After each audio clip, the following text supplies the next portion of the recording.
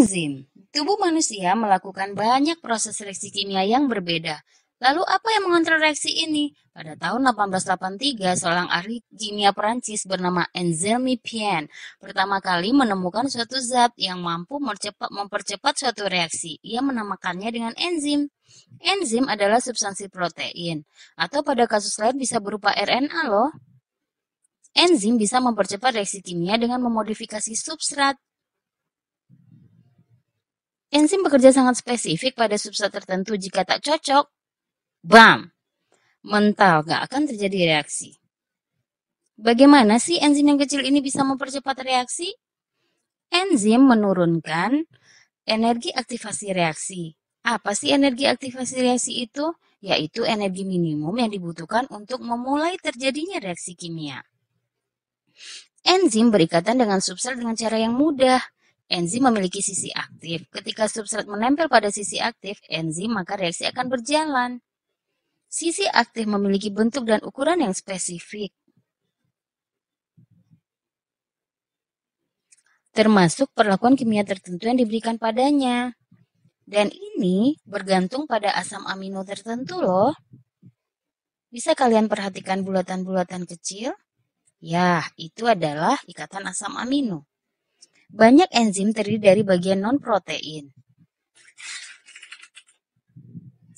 yang disebut dengan kofaktor, biasanya berupa kation, yaitu ion positif. Kation ini mengaktifkan sisi aktif enzim.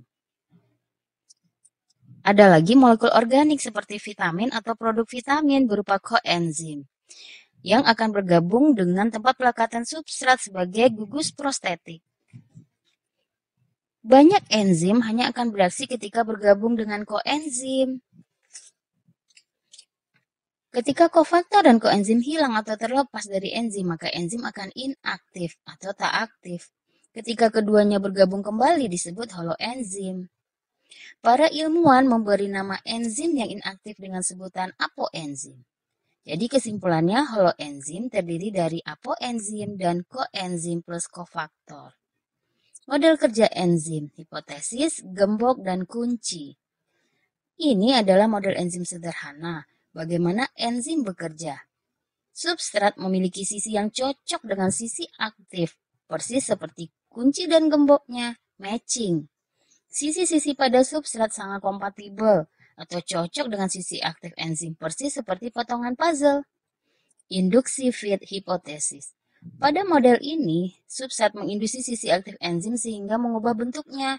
Pada model ini bukan hanya dua sisi substrat yang kompatibel dengan sisi aktif enzim, tapi juga sisi aktif enzim mengubah bentuknya, lalu seolah-olah memeluk substrat dengan erat, sehingga kedua substrat ini saling berlekatan.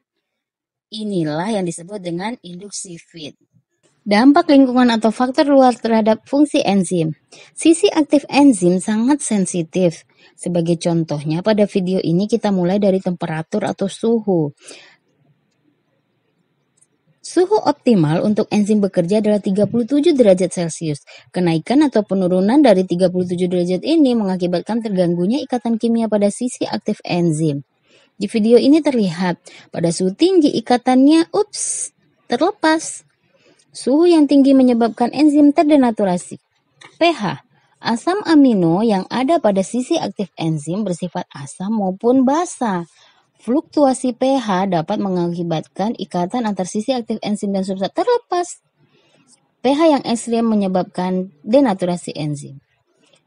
Konsentrasi enzim. Penambahan konsentrasi enzim meningkatkan kecepatan reaksi kimia karena semakin banyak enzim yang berikatan dengan substrat. Akan ada pada masanya laju peningkatan ini bersifat konstan. Konsentrasi substrat. Penambahan konsentrasi substrat dapat meningkatkan laju reaksi karena banyak substrat yang bertabrakan atau bertemu dengan sisi aktif enzim. Tentu saja akan berikatan dan menghasilkan produk. Namun lagi-lagi akan ada pada masa tertentu hal ini tak memberikan dampak pada laju reaksi. Faktor penghambat aktivitas enzim atau inhibitor. Substansi penghambat kita sebut inhibitor. Inhibitor ini dapat mengurangi maupun menghambat kerja enzim. Mereka memblocking sisi aktif enzim sehingga ikatan antar substrat dan enzim tak terjadi. Ada dua tipe inhibitor, yakni inhibitor kompetitif. Lihatlah, Dengan santainya ia menempel pada sisi aktif enzim. Ini tentunya menghalangi substrat yang mau berikatan dengan enzim. Tipe kedua, non-kompetitif. Ia berikatan pada sisi lain dari enzim. Ups, tak bisa berikatan juga.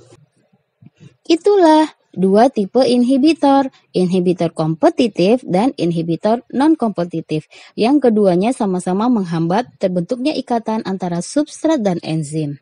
Sekian penjelasan mengenai enzim. Semoga kalian menjadi lebih paham. Assalamualaikum warahmatullahi wabarakatuh.